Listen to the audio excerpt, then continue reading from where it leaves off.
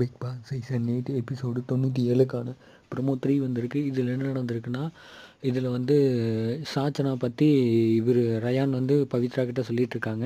இந்த மாதிரி இந்த பிளேட்டும் தட்டும் இதை எடுக்கலையில, இதை தான் நான் சொல்லிகிட்டு இருந்தேன், இதுக்கு தான் அந்த ரீசனே சொன்னேன், மெச்சூர்டாக இல்லை அப்படி இப்படின்னு அதை சொல்லி முடிச்சிட்டாரு. முடித்த உடனே அதுக்கப்புறம் என்ன டாஸ்க் வருதுன்னா,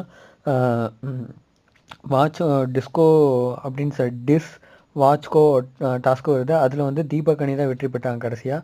அது வெற்றி பெற்று முடிஞ்ச உடனே அதுக்கப்புறம் வந்து ஒரு டாஸ்க் வந்திருக்கு.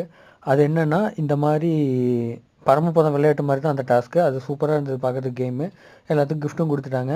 அதுக்கடுத்து கடைசியாக வந்து இப்போ இன்னொரு டாஸ்க் வந்திருக்கு. இந்த டாஸ்க் என்னென்னா, இதில் இவங்க யாருக்கு பைக் கிடைக்கும் அப்படிங்கிறது தான் டாஸ்க்கு.